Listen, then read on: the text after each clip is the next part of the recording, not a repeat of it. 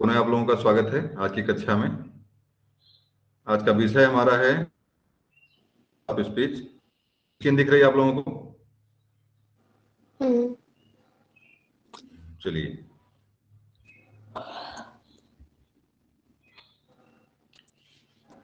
देखिए अलंकारों की संख्या जो आपकी इंग्लिश में है, इसको हम इंग्लिश में फिगर्स ऑफ स्पीच बोलते हैं। चलिए पूरा छोटा कर लेता इसको, पहले हम दिखा दूं पूरा आपको। इंग्लिश में हम इसको बोलते हैं figures of speech. Figures of speech बोलते हैं इसको, हैं। और इनकी संख्या आपकी होती है 6। देखिए यहाँ पे लिखा हुआ है, ये आपका 6 फिगर्स ऑफ स्पीच आपके हैं ये।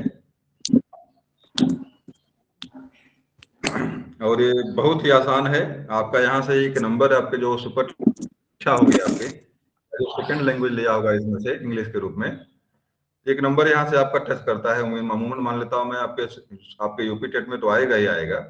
सुपर टेट में भी एक नंबर आपका यहाँ से आने की पूरी संभावना रहती है। एक नंबर आपको 6 में से एक नंबर आपको मिल सकता है अगर आप अच्छी तरह से पढ़े इस पे हैं तो फिगर्स ऑफ स्पीच जहाँ पे मिल जाए कि मतलब फिगर्स ऑफ स्पीच लिखा पिक आउट करना है, खोजना इसमें से आपको है। तो आप पहले खोजें कैसे, पहले मैं बताता हूँ कि 4-6 अलंकार आपके कौन कौन से हैं। फिगर्स ऑफ स्पीच 6 अंग्रेजी में कौन कौन से हैं। देखिए सबसे पहला आपका सिमली है, SIMILE। सिमली का मतलब होता है जो हिंदी में आप रूपक, हिंदी में आप उपमा अलंकार जो पढ़ते आप हैं, इसके पहले पढ़ाया था मैंने उपमा अलंकार। उसी को हिंदी के उपमा अलंकार को अंग्रेजी में हम सिमली बोलते हैं। कंफर्म हुए आप लोग? अगला देखिए आपका है हाइपरबोल। हिंदी में भी आप इसको पढ़े हैं, इसको हाइपरबोल को हिंदी में आप अतिशयोक्त अलंकार कहते हैं। अतिशयोक्त बहुत बड़ा,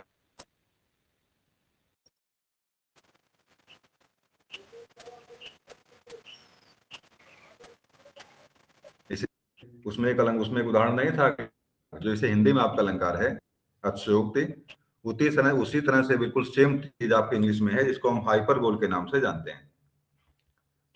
तो हाइपर का मतलब होता है उच्च और बोल का मतलब होता है, जानते हैं हिंदी में आप बोलना होता है, लेकिन फिलहाल इंग्लिश तो इसका शाब्दिक अर्थ आपके इंग्लिश में निकलेगा, हिंदी में निकलेगा। इसका है अतिशयोक्त अलंकार, हाइपरबोल। यहाँ देखिए अगला अलंकार का लगभग नहीं के बराबर आता है अलिटरेशन। अब इसके बारे में नहीं पढ़ा क्या चीज है ये, इसको छोड़ देते हैं। देखिए मेटाफर आपका है जो कि आपके हिंदी में भी है। तो मेटाफर जो है, मेटाफर बताइए हिंदी, मेटाफर की हिंदी क्या होती है, कोई बताएगा? मेटाफर को रूपक कहते हैं। इस इंग्लिश में, हिंदी में जो आपका रूपक अलंकार है उसी को अंग्रेजी में क्या बोलते हैं, मेटाफर, उसको अंग्रेजी में कहते हैं। देखिए पर्सनिफिकेशन आपका है, मैंने बताया था कि जो आपका हिंदी में जो आपका मानवीकरण है, जो हिंदी में अलंकार आपका मानवीकरण है, सेम उसी का इंग्लिश में क्या आपका है, सेम उसी का इंग्लिश में पर्सनिफिकेशन है। आज गले में खराश ज्यादा है, तो सेम उसी को इंग्लिश में क्या बोलते हैं, उसी को सेम इंग्लिश में पर्सनिफिकेशन बोलते हैं। मतलब 4 अलंकार आपके सिमले, इसको उपमा कहते हैं, हाइपरबोल जिसको हम जो है अतिशयोक्त कहते हैं, मेटाफर जिसको हम रूपक कहते हैं, आपका पर्सनिफिकेशन जिसको हम जो मानवीकरण कहते हैं। ये 4 अलंकार आपके हिंदी में भी हैं और चारों महत्वपूर्ण हैं। अगला अलंकार जो आपका यहाँ पे है आना मोटा पहिया। आना मोटा पहिया, ध्यान वाली व्यवस्था नहीं यहाँ पे है, जो है कि मतलब लोग कहते हैं मोटी पहिया है, पहिया नहीं यहाँ पे है। इसका मतलब होता है कि ध्वनि जो होती है, साउंड, या सांप की ध्वनि हो गई या किसी पशु पंछी की जो ध्वनि होती है, और उसका उसका प्रयोग करके जो अलंकार पर आप उसमें जो चमत्कार पैदा होते हैं इंग्लिश में होते हैं, उसी को आना मोटा पहिया कहते हैं। एक अलंकार और परीक्षा में आपके सिलेबस में है, वह है आपका है एपॉस्ट्रॉफी करके है, इसमें दिया नहीं है, हो सकता है किसी दूसरे में दिया हो। एपॉस्ट्रॉफी करके है, उसका मतलब होता है संबोधन। जैसे आपके कारक नहीं होता अंतिम वाला, संबोधन कारक होता है। संबोधन कारक के अंत में आप एक चिन्ह लगाते हैं, इस तरह से पढ़ते हैं, और नीचे बिंदी होती है, उसको हम संबोधन के नाम से जानते हैं, एपॉस्ट्रॉफी। एपॉस्ट्रॉफी तो वही एपॉस्ट्रॉफी आपका यहाँ पे अंग्रेजी में अलंकार के रूप में है, वो जब हम किसी को संबोधित करते हैं तो उसी चीज को यहाँ पे एपॉस्ट्रॉफी का प्रयोग होता है। निर्जीव चीज कोई होती है, उसको निर्जीव चीज को सजीव की चीज की तरह संबोधित जब करते हैं, उसके आगे हम एपॉस्ट्रॉफी यस लगाते हैं, तो इसी उसी चीज को हम जो है एपास्ट्रॉफी लगाते हैं, तो उसी चीज को हम एपास्ट्रॉफी अलंकार फिगर्स ऑफ स्पीच के नाम से जानते हैं। देखिए यहाँ की थोड़ा सा और गौर करिए, सिमली के बारे में थोड़ा सा और देखिए, सिमली है क्या चीज वास्तव में अंग्रेजी में। मैंने हिंदी में बताया था आप लोगों को, थोड़ा सा मैं हिंदी अंग्रेजी कंबाइन कर रहा यहाँ पे हूँ। मैंने आपको हिंदी में बताया था कि इस अलंकार के बारे में कि हिंदी में उपमा अलंकार क्या होता है,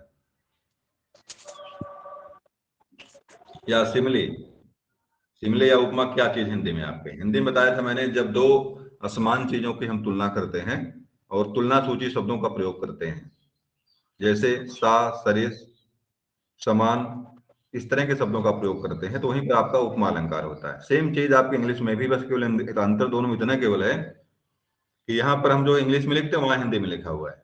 इसे देखिए यहाँ पे लिखा हुआ है a comparison between two unlike things. एक कंपेरिजन मतलब होता है कि तुलना, बिटवीन माने बीच में, टू अनलाइक थिंग्स दो असमान चीजों में, यूजिंग द वर्ड प्रयोग शब्दों का प्रयोग होता है, लाइक, एज, सो भी यहाँ पे होना चाहिए, सो नहीं लिखा हुआ, एज लाइक सो का इस्तेमाल करते हैं। देखिए साफ साफ लिखा हुआ है a comparison between two unlike things using the words like, as और सो नहीं लिखा है यहाँ पे, फिलहाल नोट की तरफ जोड़ लीजिए इसमें। जब हम दो असमान वस्तुओं में तुलना करते हैं और तुलना सूची शब्दों का एज, लाइक, सो का प्रयोग करते हैं, वहीं पे आपका क्या होता है, सिमली होता है। मेरी बात समझ में आप लोगों को आ गई कि सिमली अब क्या होता है, बताइएगा, समझ में आएगी कि नहीं आएगी। लाइक माने देखिए, जो लाइक है लाइक माने समान होता है, एज माने भी बिल्कुल एज माने भी होता है उसी के समान। एक सो शब्द आता है इसमें, सो शब्द नहीं दिया यहाँ पे है, उसका मतलब भी समानता के अर्थ में ही होता है। तीन शब्द आपके हैं, मतलब ये जानना आपको ये है, अगर आपको अलंकार बिल्कुल समझ में नहीं आ रहा है और बीच में कहीं एज मिल जाए, कहीं पर आपको लाइक मिल जाए और कहीं पर आपको सो मिल जाए, तो जान जाइएगा वहां अलंकार कौन सा होगा, बताइए भाई। सिमली सिमली होगा। होगा। मतलब अगर आपको बिल्कुल इंग्लिश आती ही नहीं है, आप अलंकार के बारे में, मतलब आपको इंग्लिश नहीं आती है, अलंकार थोड़ा पढ़ा आपने है, सिमली पढ़ा आपने, सिमली क्या चीज है, सिमली के आगे आप जो है एज, लाइक, सो तीन शब्द याद कर लीजिए। अगर शब्द के बीच में आपको कहीं पे एज मिल जाए, कहीं पर लाइक मिल जाए, कहीं पर सो मिल जाए, तो आप जान जाइएगा कि यहाँ पे सिमली अलंकार यहाँ पे हो सकता है, और हो सकता है आपका एक नंबर यहाँ से क्या हो जाए, एक नंबर आपका यहाँ सही हो जाए। आ रहा तो कोई बात नहीं, तुलना करना अगर आपको अनुवाद आता है कोई दिक्कत नहीं, अगर नहीं आ रहा है तो आप एज, लाइक, सो तीन शब्द जो याद कर लीजिए और इसका प्रयोग कर लीजिए, आपका उम्मीद है सही है। कि यहाँ लिखा हुआ है, अब दूसरा इसको आप अनुवाद देख लीजिए, मतलब क्या इसका है, is as blind as bat, he is as blind as bat. क्या भाई, कहीं से बड़ी आवाज आ रही है उस तरह की है, ही इज एज ब्लाइंड, वह ऐसा अंधा है जैसे कि बैट माने क्या होता है, बी बैट माने चमगादड़, वह चमगादड़ की तरह अंधा है। बैट माने क्या होता है, एक बैट माने तो एक बैट खेलने वाला होता है, एक बैट जो है चमगादड़ वाला होता है, मतलब रात में दिखाई पड़ता है इसको है, is as blind as as, चमगादड़ नुमा अंधा है वो। फिलहाल यहाँ पे तो बैट माने चमगादड़ होता है। अच्छा ये बताइए, कोई बता दे हमको, थोड़ा सा विज्ञान में ले जाते हैं आपको हैं सिमली से। ये बताइए, चमगादड़ रात में दिखाई पड़ता है, कोई बता दे भाई। नहीं दिखता है, नहीं दिखता वो उड़ता तो। कैसे, तो गलत रात में उड़ता दिखता कैसे, है। तो बताइए उड़ता कैसे चमगादड़, नहीं दिखता वो तो उड़ता साउंड कैसे। निकालता है सर, वो साउंड निकालता है तो उसकी फ्रिक्वेंसी वापस होती है, इससे टकरा के उससे पता चल साउंड जाता है साउंड निकलता है, ऑब्स्टिकल।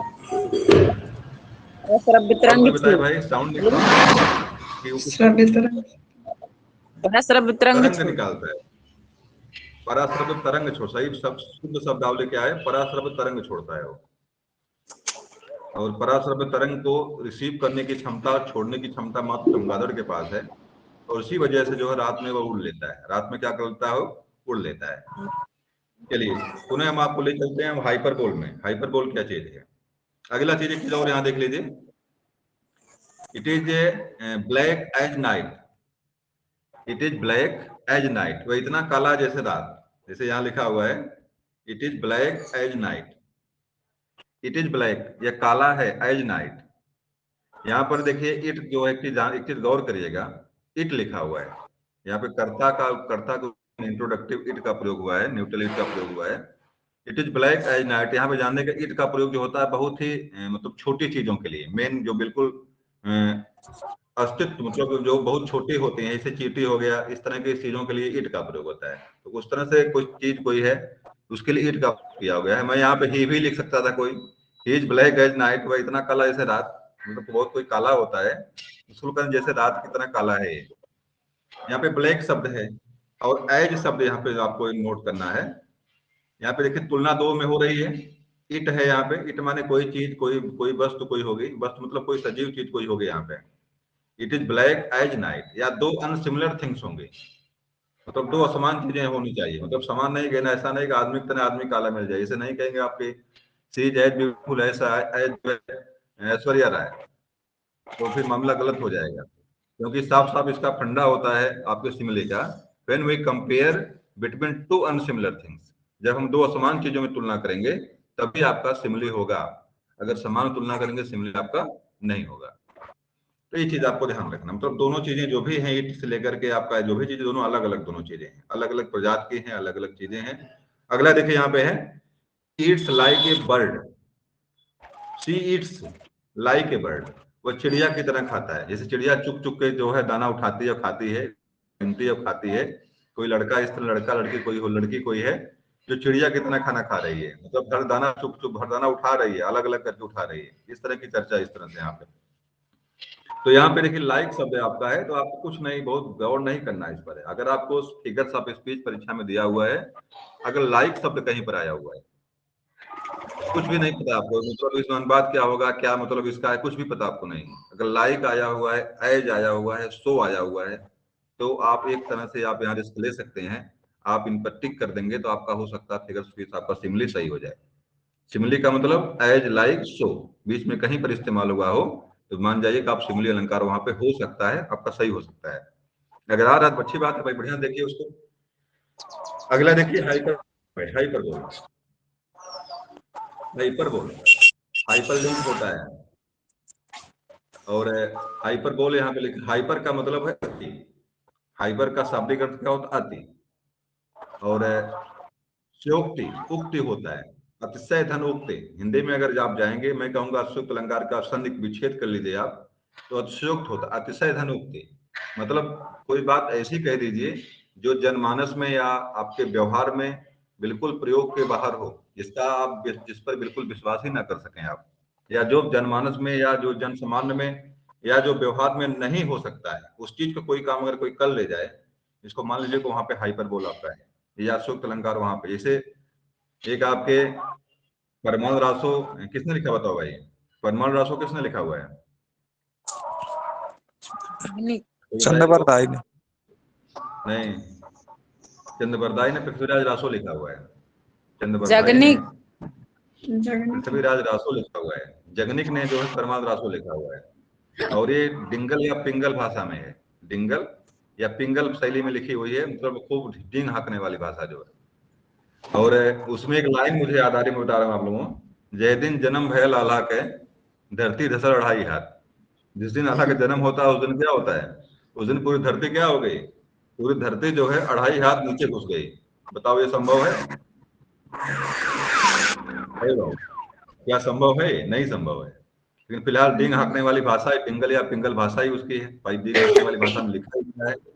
तो इस तरह से ऐसे ही प्रयोग अभी आपको इंग्लिश में मिलेंगे, आपको अभी प्रयोग ऐसे आपको यहाँ पर मिलेंगे, मैं दिखा रहा हूँ आपको। देखिए यहाँ पे लिखा हुआ हाइपरबोल, परिभाषा उसकी यहाँ लिखी हुई है, यूजेज एक्सजेशन फॉर इम्पैसिक ऑफ इफेक्ट, यूजर क्या लिखा भाई,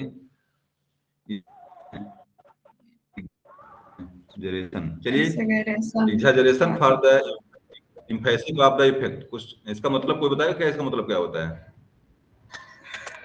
किसी चीज को या फिर बहुत बढ़ा चढ़ा के कहना, या फिर बहुत, मतलब तो वही है, वही होगा जो भी लिखा हुआ है। इसका मतलब थोड़ा सा, इसका मतलब इसकी मीनिंग मुझे पता नहीं है, इसका मतलब क्या होगा? फिलहाल जो भी लिखा है हाइपरबोल का मतलब है कि इफेक्ट, जो प्रभाव किसी चीज पर पड़ रहा है, अतिशय प्रभाव। इम्फेटिक सेंटेंस होता है एक है। इम्फेटिक का मतलब होता है कि जोरदार कथन, मतलब कोई इफेक्ट जो है जोरदार तरीके से बताया जाए या प्रयोग हो किसी चीज पर। और दूसरी चीज खास खास कर ध्यान देना, जो नॉर्मली जो है प्रयोग में ना होता हो, ऐसी चीजें अगर कहीं पर मिल रही है आपको है तो उसी को हम हाइपरबोल बोलते हैं। देखिए यहाँ पे लिखा हुआ है, I have told you million time. I have, अक्सर लोग गुस्सा होते हैं कहते हैं मैं हजारों बार कह चुका आपसे हूँ कि आप जो है काम कर लीजिए, लेकिन आप कर सुनते नहीं मेरी बात। आप नॉर्मली हिंदी में बोलते हैं मैं हजारों बार आपसे कह चुका, लाखों कह चुका हूँ। क्या लाखों हजारों बार आप कहते हैं कोई बार किसी से? बोलिएगा। कोई चीज यहाँ पे लिखा हुआ है, I have told you million time. मैं आपसे, मिलियन का मतलब क्या हो गया बताओ भाई? मिलियन माने, मिलियन माने हजार। 1000 माने हजार होता है। हाँ, चलिए लाखों। चलिए, लाखों करोड़ों जो भी बार हो, मैं मान लेता हूँ लाखों बार। आई हैव लाखों। टोल्ड यू मिलियन टाइम्स, मैं आपसे लाखों बार कह चुका हूँ, हजारों बार कह चुका हूँ। 1 मिलियन बराबर 10 लाख। क्या होता है, कितना होता है? 10 लाख। चलिए 10 लाख माने करोड़ हो गया। तो मैं आपसे करोड़ों बार कह चुका हूँ, मैं आपसे करोड़ों बार कह चुका हूँ। मतलब इस तरह से शब्दावली का प्रयोग जो हो, आप कहिए 10 बार कहेंगे आप, लेकिन मैं कहूंगा मैं आपसे हजारों बार कह चुका हूँ, आप ये काम कर लीजिए। इस तरह की शब्दावली जहाँ पे प्रयोग होती है उसी को हम हाइपरबोल कहते हैं। अगला देखिए यहाँ लिखा हुआ है, I am so hungry I could eat a horse. I am so hungry, मैं बहुत भूखा हूँ और मैं एक घोड़ा खा सकता हूँ। यहाँ लिखा हुआ है, I am so hungry I could eat a horse, मैं एक घोड़ा खा सकता हूँ, मैं इतना भूखा हूँ मैं एक घोड़े को खा सकता हूँ। बताओ संभव है? नहीं संभव। लेकिन मैं भाई इतना भूखा है, उसको इतनी भूख लगी हुई है कि उसको लग रहा है कि मैं बहुत बड़ा घोड़ा उसको भी खा जाऊंगा, इतना भूख मुझे लगी है। तो इस तरह से your tone, your back pack weight a toe. इसका मतलब क्या होगा पता नहीं मैं। चलिए, सर, बैक पैक वेट, हाँ बताइए। ये हाँ बैक सर। पैक, हाँ बताइए, कुछ पता किसी को है? सर चौड़ मतलब चलिए, टर्म क्या हुआ, वेट मतलब भार, लेकिन बैक पैक नहीं पता चल रहा। हाँ चलिए कुछ होगा। मतलब इसका भी मतलब है कि, मतलब समझने की बात यहाँ पे यह है, जैसे I have weep as a ocean, मैं एक पूरा इतना इतना रोया मैं। I I weeps as a ocean, मैं सागर भर गया। कैसे लाइन बनती है वो? चलिए, इस सी। तरह की मतलब शब्दावली मैंने अभी आगे मिलेगा, अभी आगे बहुत सारे उदाहरण पुनः मिलेंगे आपको। दो तीन चीज मैंने कैप्चर किया है, नेट से लिया इसको है। जैसे मैंने एक सागर भर रोया, पूरा सागर ही भर गया। इस तरह की लाइनें जहां पर भी मिलेंगी, जैसे मैंने अपनी एक ही दृष्टि में पूरा जो है कि देख लिया। I have saw thousands in A glams, हाँ सर, ये इन ए लाइन है। मैंने ऐसा है। मैंने एक ही झलक में पूरा जो है पूरा 1000 लोगों को देख लिया। मतलब इस तरह की लाइनें जहां मिलेंगी वहां पर मानिएगा वहां पे हाइपर बोल आपका है। अगला देखिए, ये देखिए आपके सिलेबस में नहीं, इसको छोड़ देते हैं, सिलेबस में आपके नहीं है ये आपके सिलेबस से बाहर है, इसे छोड़ते हैं इसको। मेटाफर देखिए आपका है, मेटाफर।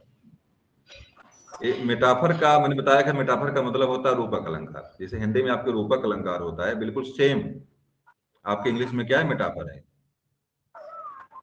एक चीज और यहीं से गौर करिएगा, मेटाफर और सिमिली में बहुत छोटा सा अंतर है। अंतर क्या है? मेटाफर में भी दो दो दो भिन्न चीजों में तुलना होती है, लेकिन यहाँ पे तुलना जो है, तुलना सूची शब्दों का प्रयोग नहीं होता है, इतने अंतर केवल है। और सिमिली में क्या होता है, दो विभिन्न चीजों में तुलना होती है, तुलना सूची शब्दों का प्रयोग होता है। इतना अंतर दोनों में है अंग्रेजी में, बाकी कोई अंतर नहीं है। When we compare two unsimilar things and not use similar words, यहाँ देखिए लिखा हुआ है, एक comparison between two things that are not like but do have something in common. एक कंपेरिजन बिटवीन टू थिंग्स, दो वस्तुओं में तुलना है। Things that are not like, जो जो बराबर समान नहीं है। Not alike, can not, that are not alike, जो बिल्कुल आपस में समान नहीं है। But do have something in common, लेकिन कुछ चीजों में कॉमन है, वो एक दूसरे से जुड़ी हुई है। ये चीजें यहाँ पे हैं। अब देखिए यहाँ पे लिखा हुआ है लाइफ इज ए जर्नी। तो दूसरी भाषा में बताऊं कि when we compare two unsimilar things and not use similar, तो इस तरह से देखा। और तुलना सूचियों का प्रयोग मत करिए, वहीं पर आपका मेटाफर होता है। अगर अब मैं हिंदी में, तो हिंदी में रूपक अलंकार क्या होता है? उपमेय उपमान का रूप ग्रहण कर ले, जो उपमेय ही उपमान हो जाए, वहीं पे आपका रूपक। तो उपमेय उपमान वाला चक्कर यहाँ पे आपको नहीं जानना है कि आपके अंग्रेजी में उपमेय उपमान क्या होता है। यहाँ पे इतना जानना है आप, और तुलना सूची शब्दों का नहीं करेंगे। लेकिन एक चीज समझना आपको यहाँ पे, जैसे मैं आपको उदाहरण बता रहा हूँ, उपमा अलंकार में दोनों में अंतर क्या होता है। मैंने कहा कि उसका चेहरा चंद्रमा के समान है, उसका चेहरा चंद्रमा के समान है, तो यहाँ पे क्या हो जाएगा? यहाँ पे आपका उपमा अलंकार हो जाएगा। यहाँ पे क्या हो जाएगा? उपमा अलंकार। मैं ये कह दूं कि वह चंद्रमा है, तब का मेटारूप आएगा। मैं कह दूं वह चंद्रमा है, तब समानता शब्द गायब हो। वह चंद्रमा के समान सुंदर है और वह चंद्रमा है, दोनों में अंतर इतना केवल है कि जहां समान लगेगा वहां पे आपका जो है रूपक, वहां पे आपका उपमा अलंकार होगा। जहां पे समान नहीं लगाऊंगा, जहां मैं कह दूं कि वह चंद्रमा ही है, चंद्रमा के समान नहीं है, वह क्या है? वह चंद्रमा है। इस तरह की बात जहां बोल दूंगा वहीं पे आपका रूपक अलंकार हो जाएगा। होता है जैसे ठीक, मैंने अनुवाद किया, मैंने एक वाक्य है, he is brave as a lion, वह शेर के समान बहादुर है। यहाँ पे आपका क्या हो जाएगा? यहाँ पर आपका जो है आपका यहाँ पे क्या बोलेंगे, पहला अलंकार सिमली है, सिमली हो जाएगा, सिमली हो जाएगा। ही एज ब्रेव एज लायन, वह शेर के समान बहादुर है। और मैं कहता हूँ ही इज लायन, वह लायन है, वो शेर है। यहाँ पे आपका मेटाफर हो जाएगा। इतने अंतर दोनों में है। उदाहरण देख लीजिए इसका। लाइफ इज ए जर्नी, जीवन क्या है? जीवन एक यात्रा है। अगर यहीं पर मैं लिख दूं life is like a journey, तो यहाँ पे तुरंत क्या हो जाएगा? सिमली हो जाएगी, तुरंत सिमली हो जाएगा ये। अगला यहाँ पे लिखा हुआ है laughter is the best medicine. Laughter is the best medicine. Laughter is the, मतलब हंसना क्या एक है? हंसना एक सबसे अच्छी दवाई है। हंसना क्या एक है? सबसे अच्छी दवाई है। Laughter is the best medicine. अगर यहीं पे लिख दूं मैं laughter is like the best medicine, यहाँ पे सिमिली हो जाएगा। लेकिन यहाँ पे चूंकि लाइक हटा दिया गया, हंसना ही दवाई बन गई। Life is the best medicine, तो यहाँ पे क्या हो जाएगा आपका? यहाँ पे आपका तुरंत आपका मेटाफर यहाँ पे हो जाएगा। यहाँ देखिए है his words are wisdom. His words are wisdom, बुद्धिमत्ता होती है। विजडम का मतलब होता है बुद्धिमत्ता या बुद्धिमानी। तो हिज वर्ड्स आर विजडम, उसके शब्द ही बुद्धिमत्ता है, उसके शब्द ही बुद्धिमानी है। यहाँ पे विद्वान है, उसके शब्द ही विद्वान है। यहाँ पे विजडम का मतलब यहाँ विद्वान लगा लीजिए या बुद्धिमान से लगा लीजिए, उसके शब्द ही जो है क्या है? शब्द लाइक लगा, लाइक गायब हो गया, बुद्धिमान बन गया वो। आगे देखिए है her eyes were ice, her eyes were ice, उसकी आंखें क्या है? बर्फ, उसकी आंखें बर्फ, मतलब बर्फ बिल्कुल सफेद होता है ना। बर्फ कैसे होते हैं? एकदम सफेद होते हैं। किसी किसी की आंखें क्या होती हैं? किसी किसी की आंखें की पुतली केवल काली होती है, बाकी बिल्कुल सफेद होती हैं। तो इस तरह से कुछ शब्दावली हो गई यहाँ पे। हर आइज वेयर आइस, उसकी आंखें एकदम बर्फीली हैं या बर्फ के समान है। तो समान शब्द तो यहाँ लगाना नहीं, उसकी आंखें बर्फीली हैं। उसकी आंखें कैसी हैं? बर्फीली हैं या बर्फ है? बर्फीली शब्द ज्यादा सही होगा यहाँ पे। उसकी आंखें बर्फीली हैं, या इस तरह के शब्दावली प्रयोग यहाँ पे होगी। तो बहुत सारे शब्द यहाँ मिलेंगे आपको इस तरह से, जिसका लाइक शब्द गायब करते ही आपका तुरंत मेटाफर हो जाता है। चलिए, समझ में आपको आ गया होगा मेटाफर क्या चीज है। मेटाफर मेटाफर समझ में आपको आ गया होगा क्या चीज है कि नहीं समझ में आया? आ गया सर, आ आ गया। गया सर। आगे आ जाइए। अगला आपका है पर्सनिफिकेशन।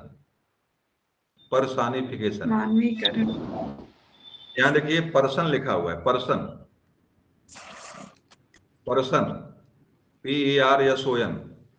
पर्सन से ही बना है पर्सनिफिकेशन। पर्सन माने क्या होता है भाई, बताइए कोई।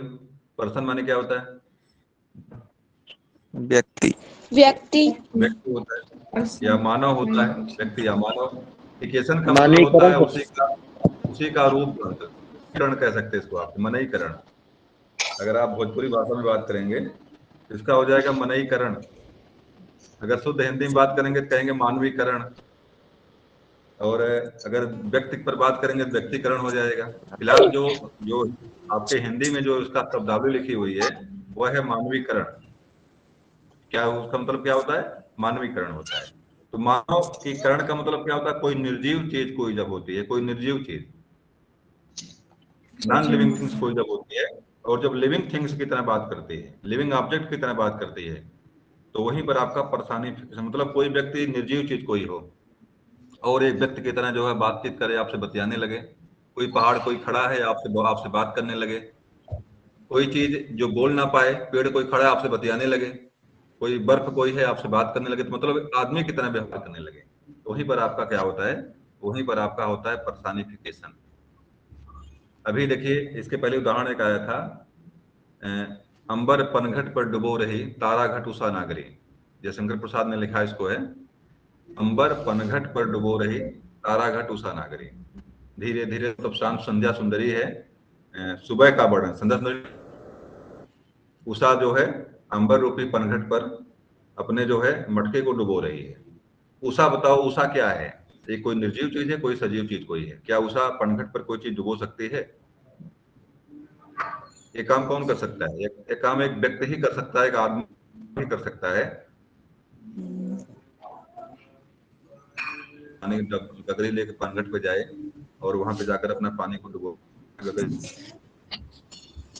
पुरुष का या स्त्री का ही तो है भाई, है कि नहीं है?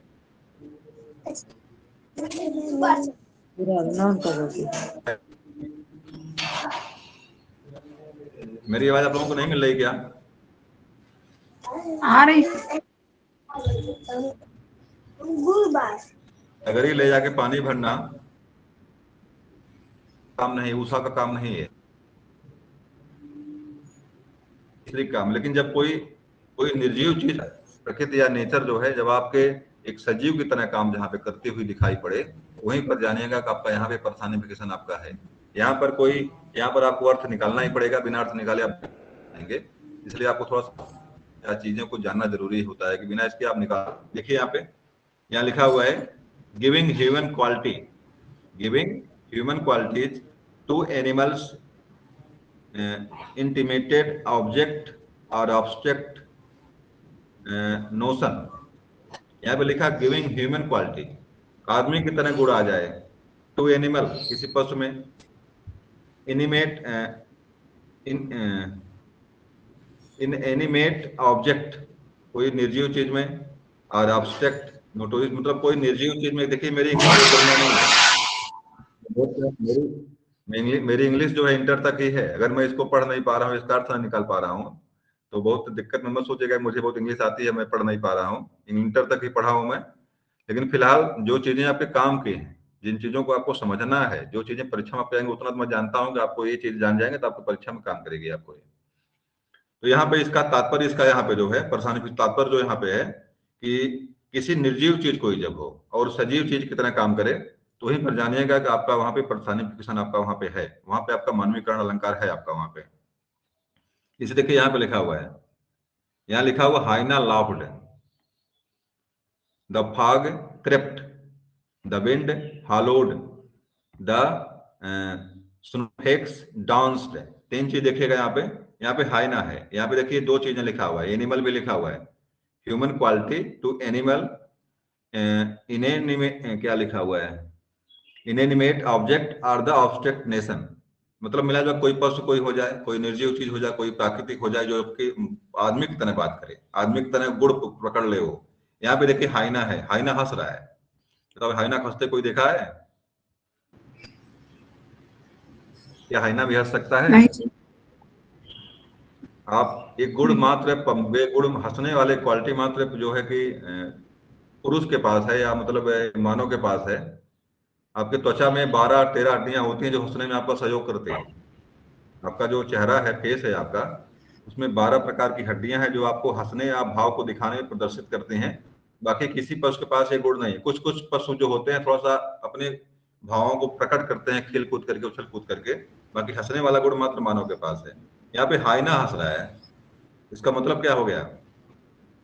यहाँ पे हाइना जो है एक आदमी के व्यवहार को ऑब्जर्व कर लिया इसने। यहाँ पे आपका अलंकार कौन सा हो जाएगा? अलंकार आपका यहाँ पे पर्सोनिफिकेशन हो जाएगा। यहाँ देखिए फाग क्रेप्ट इन, द फाग। अब फाग का मतलब होता है कि आपका जो फाग होता है कुहासा वहासा के साथ फाग बोलते हैं। अब क्रेप्ट इन का मतलब थोड़ा सा शब्दावली पकड़ में नहीं आ रही, इसका मतलब क्या है? द फाग क्रेप्ट इन। चलिए छोड़ दीजिए इसको, आगे बढ़िए।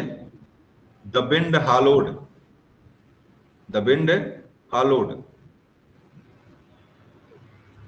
हॉलिड, इसका मतलब जो हवा ने अपने आप को क्या बोलते हैं, जो कि उसके चारों तरफ, जो जैसे मान लीजिए बुद्ध को देखा हो कभी आपने, बुद्ध के चारों तरफ एक ये बनता है, हालो बनता है, और बुद्ध बीच में होते हैं, उनके अगल बगल का एक जो है तरह से ये बनाते हैं। उसी तरह से यहाँ पे ये भी, यहाँ ये उसी तरह से बिल्कुल अपने मतलब चेहरा के चारों तरफ जो आकृति बनती है, उसी को जो आकृति बनाई जाती है उसी को हम हालो कहते हैं। हवा भी जो है आपका इसी तरह का रूप ग्रहण कर रही है, तो यहाँ पर भी आपका पर्सनिफिकेशन हो जाएगा। यहाँ पे देखिए है द स्नो स्नो क्या लिखा है, फ्लेक्स डांस्ड। यहाँ पे बर्फ है, स्नो का मतलब बर्फ होता है, फ्लेक्स डांस, यहाँ बर्फ क्या कर रही है, नाच रही है। जैसे पहाड़ी क्षेत्रों में जो बर्फ गिरती है, जो पहाड़ी क्षेत्रों में स्नोफॉल जो होता है, तो वहां पे नाचते हुए दिखती है। जैसे बर्फ कोई गिर रही है तो बर्फ कोई गिरती है, इस तरह से मतलब लगता है कि बर्फ क्या कर रही है, बर्फ यहाँ डांस कर रही है। तो यहाँ पे बर्फ नाचने वाला काम जो कि मानव ही कर सकता है, कोई इस तरह पशु तो कर नहीं सकता। तो यहाँ पे क्या हो जाएगा, आपका पर्सनिफिकेशन हो जाएगा। मतलब इस तरह से कोई भी चीजें जो एक हो, कोई प्रकृति हो, या जो भी चीजें आपको दिखाई पड़े जो मानव ना हो और मानव की तरह काम करें, तो वहीं पर आपका क्या हो जाता है, वहीं पर आपका पर्सनिफिकेशन होता है। जैसे बहुत सारे उदाहरण मिलेंगे आपको इस तरह से पर्सनिफिकेशन के। Death lays his icy hand on his head, मृत्यु ने अपने जो डरले हाथ को उसके सर पे रखा। या opportunity never knock the door but once, opportunity मतलब होता है वंस, जो अवसर होता है दरवाजा बार बार नहीं खटखटाता है, मतलब दस्तक नहीं देता आपके घरों पर, एक ही बार आता है। कि अवसर कोई सजीव चीज है जो आपके दरवाजे पर आए और आवाज करे, खटखट करे आकर के, कोई सजीव चीज कोई नहीं है। फिर भी वो इस तरह से कवि की कल्पना है, आपको दिखा रहा है कि नहीं नहीं ये भी एक काम इस तरह से कर सकता है। Opportunity never knock the door but once. या death lays his icy hand on his head, मृत्यु ने अपने ठंडे हाथों उसके सर पर रखा। तो बताइए मृत्यु क्या ये काम कर सकती है? अब ठंडे हाथ लेके आएगी उसके सर पर रख देगी? नहीं रख सकती, क्योंकि ये काम तो भाई मृत्यु का है नहीं। लेकिन फिलहाल जो है कभी अपने इस तरह की व्यवहार लाता है, इसलिए यहाँ पे क्या हो जाएगा, इसी वाक्यों में जो भी आपका आएगा यहाँ पे आपका पर्सनिफिकेशन आपका हो जाएगा। तो इस तरह से आपका हो गया है पर्सनिफिकेशन। बात समझ में आपको आ गई होगी कि पर्सनिफिकेशन है क्या चीज। आपके हिंदी में भी आपको ज्यों के त्यों पूरा देता है अलंकार, ये पर्सनिफिकेशन आपका ज्यों के त्यों आता है। आना मोटा पहिया, आना मोटा पहिया, इसका ध्वन्यात्मक, इसको ध्वन्यात्मक अलंकार बोलते हैं, इसको ध्वन्यात्मक अलंकार। देखिए यहाँ लिखा हुआ है, a words that sound like what is describing, a words that sound like what it is describing, जिसका बारे में वर्णन हो उसी तरह से आवाज भी अगर हो रही हो तो उसी को हम क्या बोलते हैं, उसी को हम आना मोटा पहिया। इसे देखिए, क्लिक, म्यो, बज, मधुमक्खी बजिंग करती है। या ड्रिजल, ओशन, स्प्लेट, इस तरह से उदाहरण नहीं कोई दिया, यहाँ पे देना चाहिए था, इसको उदाहरण नहीं दिया हुआ है। इसे आपके अनहिज ब्लाइंडनेस लिखा है, बताएगा? अनहिज ब्लाइंडनेस में एक लाइन है, उसके अंदर की आवाज आती है, हमरिंग करती है, तो बताएगा किसने लिखा इसको? John on his Milton. Blindness, John Milton. John Milton ने लिखा हुआ है। तो इसे बड़बड़ाहट की आवाज जो होती है, इस तरह से, मतलब लाइन मुझे नहीं याद आ रही उसमें लाइन क्या लिखा हुआ है, इस तक की आना देना चाहिए था इसको, यहाँ पे दिया नहीं है। तो आना मोटा पहिया, अभी आपको उदाहरण नीचे मिलेगा, हो सकता है नीचे दूसरे वाले उदाहरण दिया इसका हो। तो आना मोटा पहिया का मतलब होता है कि जब कोई ध्वनि, इसे सांप करता है, सिंग। स्नैक्स हिसिंग सर हो सकता है। बिल्ली म्याऊं म्याऊं करती है, इसे मान लो लिख दे कि डॉग डॉग भौं भौं, डॉग बार्क्स, या कैट म्याऊं, इस तरह करके शब्द जब लिखता आपको है तो आप जानिएगा कि जो इस ध्वनि वाली कोई चीज वहां पे अगर आ रही है किसी चीज के। सांप लिखे, स्नेक सी करके लिख दे तो वहां पे जान जाएगा आपका यहाँ पे जो ध्वनि अलंकार आपका है, आना मोटा पहिया यहाँ पे है और कुछ नहीं है। दूसरे में जरा देखिए, इसमें हो सकता हो दिया हुआ हो उदाहरण, उसके कुछ मैं देखता हूँ, इसमें कुछ उदाहरण दिया हुआ है। Coming from the roof, you can hear the click coming from the roof. एक उदाहरण दिया है यहाँ पे, देखिए इसका आना मोटा पहिया का, you can hear the click coming from the roof. छत से आती हुई आप क्लिक की आवाज सुन सकते हैं, छत से आती हुई, you can hear the click coming from the roof, छत से जो आवाज आ रही है क्लिक की, उसको आप सुन सकते हैं। तो इस तरह से चीजें वही हैं कि प्रोवर्ब यहाँ दिया हुआ है। प्रोवर्ब वैसे आपके सिलेबस में नहीं है, लेकिन आपके परीक्षा में प्रश्न आपके यहाँ से प्रोवर्ब से आएंगे। प्रोवर्ब आइडियम्स भी दिया होगा यहाँ पे, भी आपका अलंकार एक्ट हो जानी है। प्रोवर्ब बताएंगे, प्रोवर्ब क्या होता है कहावत। बताएगा भाई? हाँ, इसको हम लोकोक्ति कहते हैं। आपके हिंदी में इसी का नाम क्या है? कहावतें या लोकोक्तियां, कहावतें या लोकोक्तियां। तो इस तरह से लोकोक्ति, बताओ मुहावरा लोकोक्ति में अंतर क्या है? मुहावरा और लोकोक्ति में अंतर क्या है हिंदी में, अगर मैं पूछूं आप में क्या अंतर है तो क्या बताएंगे आप? दोनों आप परीक्षा मिलता है आपकी हिंदी में, दोनों मिलेगा, मिलेगा लोकोक्त मिलेगा, तो अंतर दोनों में क्या मैंने है? लोगों के द्वारा कही गई युक्ति लोगों सर जब आम कहावत ऐसे गांव में ज्यादा प्रचलित रहती है। नहीं, मतलब अंतर दोनों में क्या है? गांव में तो गांव सारी बातें अपनी जगह पर अलग अलग है।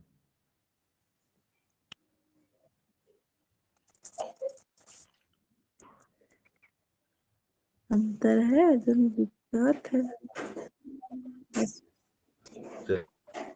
अंतर देखिए है। अंतर दोनों में क्या होता है, अंतर दोनों में है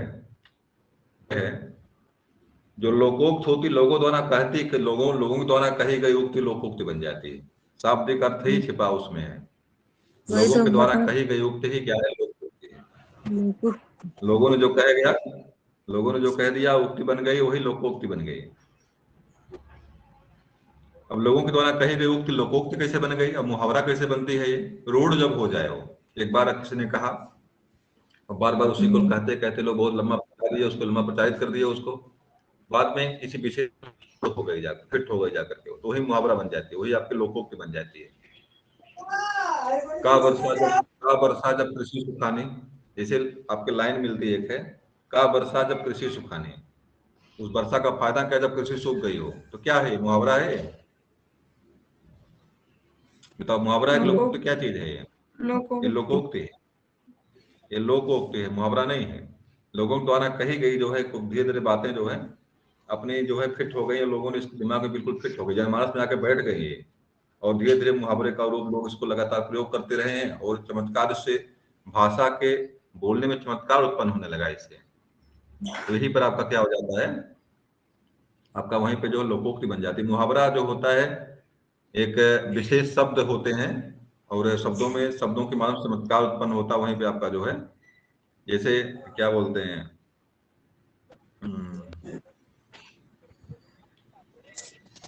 जैसे नाच नावे आंगन टेढ़ा, क्या है? लोकोक्ति है, ये मुहावरा नहीं है, लोकोक्ति है, मुहावरा नहीं।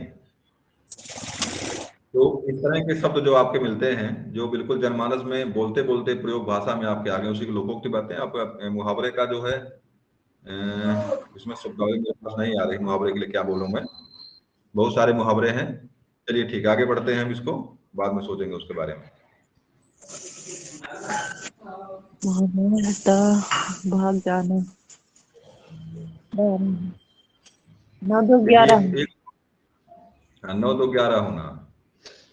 चलिए ये देखिए, आगजी मोरन अभी आपने नहीं पढ़ा था, उसमें आगजी मोरन नहीं था उसमें आपके, लेकिन आपके सिलेबस में आगजी मोरन आपके है। विरोधाभास। विरोधाभास, इसी को हिंदी में क्या बोलते हैं? इसी को हिंदी में बोलते हैं विरोधाभास। कि गति समझो नहीं कोय, ज्यों डूबे श्याम रंग त्यों त्यों उज्जवल होए। हिंदी में लिखा हुआ, यहाँ पे क्या हो रहा है उसे जानिएगा कि हिंदी में दो अलंकार आपके हिंदी के जो है मानवीकरण और आपका विरोधाभास आपके इंग्लिश से हिंदी में आए हुए हैं, इंग्लिश से हिंदी में ऑब्जर्व किए हुए हैं, मतलब इंग्लिश से हिंदी में आए हुए हैं। दोनों अलंकार जो है हिंदी के नहीं है, ये मानवीकरण और विरोधाभास दोनों अंग्रेजी से हिंदी में आए हुए हैं, या इस तरह की भाषाओं से लिए गए हैं। आगजी मोरन जो शब्द यहाँ पे है, इसका शाब्दिक अर्थ होता है हिंदी में है विरोधाभास। जैसे मैंने उदाहरण बताया आपको, बिहारी ने लिखा है सही में, या अनुरागी चित्त की गत समझो नहीं कोई, ज्यों ज्यों डूबे श्याम रंग त्यों त्यों उज्जवल होए। विरोध ना होते हुए भी विरोध दिखाई पड़ना, विरोध नहीं कोई है फिर भी क्या हो, विरोध दिखाई पड़े और शब्द में चमत्कार उत्पन्न जैसे होता है, वहीं पर आपका हिंदी में क्या होता है, विरोधाभास होता है। विरोध ना होते हुए भी विरोध का दिखाया जाना, अलंकार कौन सा होता है, विरोधाभास होता है। विरोध का आभास होना, साफ साफ देखिए, शाब्दिक अर्थ समझिएगा, विरोध का आभास होना, विरोध नहीं है, आपको विरोध लगे, है ना, वहीं पर क्या आपका होता है, वहीं पर आपका विरोधाभास अलंकार होता है। विरोध नहीं है फिर भी विरोध का आभास जहां पे हो, जहां विरोध दिखाया जाए, वहीं पर आपका विरोधाभास। मैंने बताया अभी आपको, या अनुरागी चित्त की गति समझो नहीं कोई, इस प्रेम के प्रेम रूप हृदय की कोई गति को नहीं समझ सकता, क्योंकि देखिए क्या हो रहा है, ज्यों ज्यों डूबे श्याम रंग, ये जैसे जैसे कृष्ण के रंग में डूब रहा है, ये उज्जवल होता जा रहा है। भाई रंग काला है ना, काले में डूबेगा, कैसा होगा ये, नॉर्मल चीज है, काले रंग में डालोगे, काले रंग में कोई चीज डालोगे तो काले ही तो होगी, यहाँ पे ऐसा नहीं हो रहा है, काले डूब रहा है लेकिन हो कैसा रहा है, उज्जवल हो रहा है। बात क्या है यहाँ पे, बात वास्तव में फैक्ट बात क्या थी, फैक्ट बात ये थी कि कृष्ण के प्रेम में ज्यो ज्यो मन डूब रहा है, त्यों त्यों क्या हो जा रहा है, स्वच्छ हो रहा है, पवित्र हो रहा है। लेकिन दिख रहा है ज्यो ज्यो डूबे श्याम रंग, मतलब काले रंग में डूब रहा है और उज्जवल हो रहा है। विरोध नहीं कोई था, विरोध क्यों नहीं था, क्योंकि बात तो कृष्ण के प्रेम की, श्याम का मतलब कृष्ण,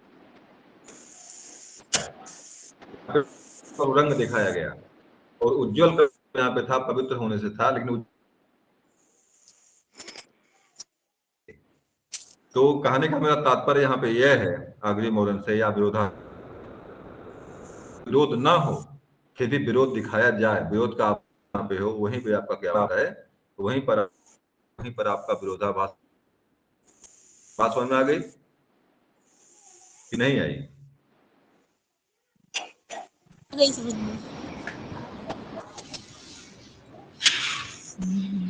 बोलिएगा, नहीं आई आगरी मोरन?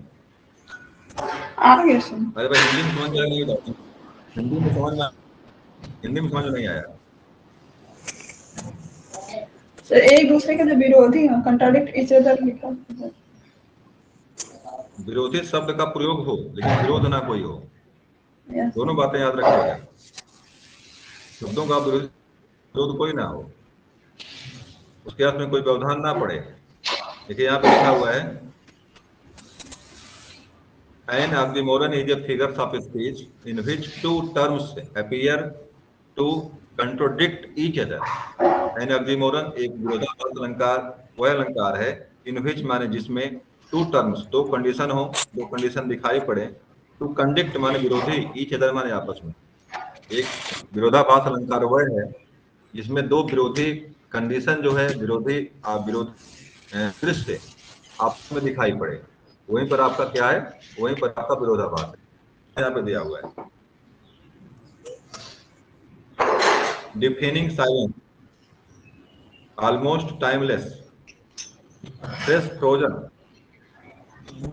Doing nothing, pretty bad,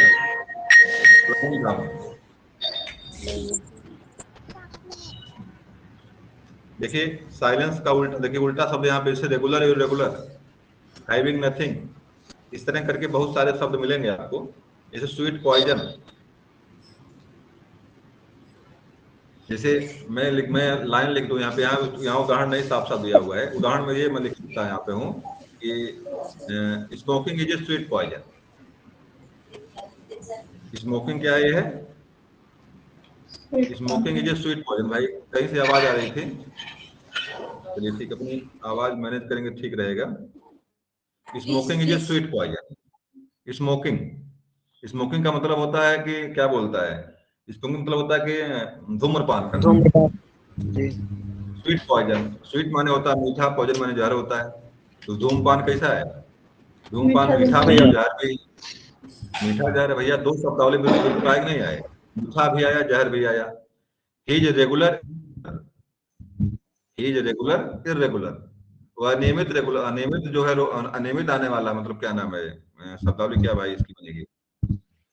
is regular irregular, वह रोज अनियमित है, वो रोज आता है अनियमित है, मतलब रोज अनियमित है वो। इज रेगुलर इरेगुलर, तो इस रेगुलर भी, रेगुलर का उल्टा इरेगुलर बनता है। तो रेगुलर भी आ गया यहाँ पे, रेगुलर भी आ गया, स्वीट भी आ गया, पॉइजन भी आ गया। इस तरह के शब्दावली जहां पर मिले आपको, मतलब दो विरोधी शब्द जहां पर मिले, वहीं पर जानिएगा कि आपका क्या होगा, आपका अग्नि मूर्ण अलंकार वहां पे हो सकता है। तो इस तरह की शब्दावली, जैसे आपका drinking is a sweet, drinking भी इस तरह से आपका था, drinking is a sweet poison. शराब पीना क्या है भाई? मीठा जहर ही तो है।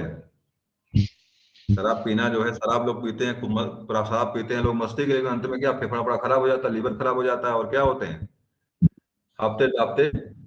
अगर शराब पीने वाला बढ़िया कोई है तो 50 साल के हो जाते हैं तो हालत खराब उसकी हो जाती है। 50 साल के बाद उसे मरता है, वो लीवर खराब हो जाएगा, लीवर गल जाएगा। तो इस तरह से देखिए जो भी चीजें आपका इसे, हाँ एक उदाहरण और मुझे याद आ रहा है, एक है इंटर में एक किताब है, सर एक इसमें ये भी हो सकता है, it is A open secret.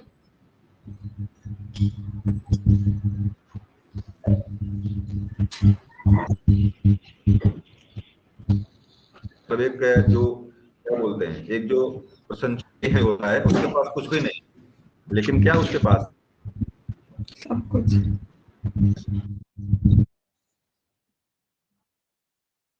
है ना कि भाई सुखी व्यक्ति जो होता है, अगर वो दुनिया के चाह कर मुझे चाह कर मैं महलों में रहूं, मैं जो है कि करोड़पति बन जाऊं, तो उसी का सुबह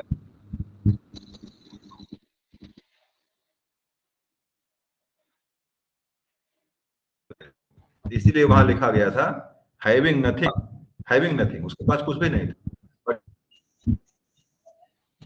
देखिए having nothing, he has having nothing, उसके पास कुछ भी नहीं था लेकिन उसके पास सब कुछ था। तो यहाँ पे विरोधी शब्दावली का प्रयोग हुआ है, फिर भी यहाँ पे क्या आपका है, कोई विरोध नहीं है, अलग अर्थ इसका यहाँ पे है, इसलिए यहाँ पे आदि मोरन आपका फिगर सब इसकी आपका आदि मोरन यहाँ पे। प्रीति बैड देखिए यहाँ लिखा, प्रीति माने क्या होता है, सुंदर होता है, बैड माने क्या होता है, बुरा होता है। बिल्कुल उनके यहाँ पे चलना, डाउन माने होता है नीचे आना। तो इस तरह के शब्द यहाँ पे मिले। फ्रोजन, फ्रेश माने होता है ताजा, फ्रोजन माने होता है बासी, तो फ्रेश फ्रोजन है, ताजा बासी है। ये इस तरह की शब्दावली जहां मिलेगी वहां पे जानिएगा कि आपका आदि मूर्ण अलंकार वहां पे आपका हो जाए। देखिए मेटाफर के बहुत सारे उदाहरण दिए यहाँ पे हैं। चलिए मैं इस पर नहीं आऊंगा, आप सीधे मैं आपको ले चलता हूँ कुछ क्या भाई क्या चीज है, मेटाफर के ही हाइपरबोल को यहाँ से एक बार पुनः चेक कर लीजिए। The kings nose was 3 feet long। चलिए बहुत तरह उदाहरण दिया हुआ है। द किंग्स नोज, राजा की नाक कितनी लंबी थी? 3 फीट लंबी थी। 3 फीट लंबी। क्या होता है, संभव ऐसा है कि राजा की नाक कितनी लंबी हो जाए? देखिए राजा की नाक 3 फीट लंबी है, संभव नहीं है।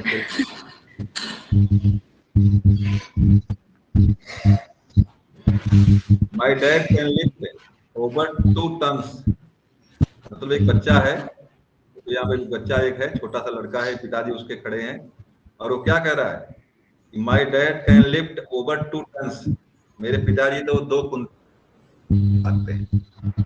ऐसे नहीं कि छोटे छोटे बच्चों में आप चर्चा बात करते हुए देखते होंगे भाई कि मेरे पिताजी ये कर सकते हैं, मेरे पिताजी वो कर सकते हैं, तो अगला कहता है कि नहीं, कहता है कि चन्ना मतलब पैदा मतलब बढ़ चढ़ करते हैं। तो वही कह रहा है, इतने जब इतने जबरदस्त हैं 2 टन ऊपर 2 टन उठा सकते हैं। यहाँ पे 2 टन क्या था, यहाँ पे 2 टन से यहाँ पे हाइपरबोल है, यहाँ पे अशोक पे। अगला देखिए यहाँ पे है, that food was so hot my ears were smoking। so hot, देखिए the food was so hot, इतना गर्म था, my ears, मेरे कान, were smoking, मेरे कान क्या कर रहे थे, इसको मतलब खाना इतना गर्म था कि मेरे कान क्या कर रहे थे उसको, मेरे कान उसको पी, उसकी क्या थी गर्मी मेरे कानों तक पहुंच रही थी। पर बोल आपका है the boys runs faster than A car. चलिए ये भी ठीक है। एक लड़का क्या कर रहा है, एक कार से तेज दौड़ रहा है, फास्टर है। I am so tired I could sleep a year, मैं इतना थक गया हूं कि मैं 1 साल तक सो सकता हूं।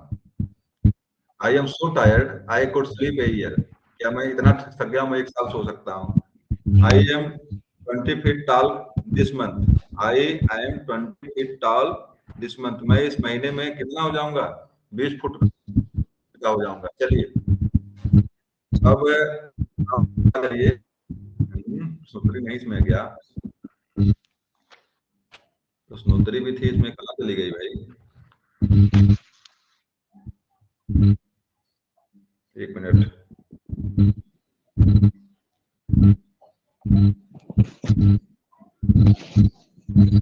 कहाँ से आवाज आ रही भाई,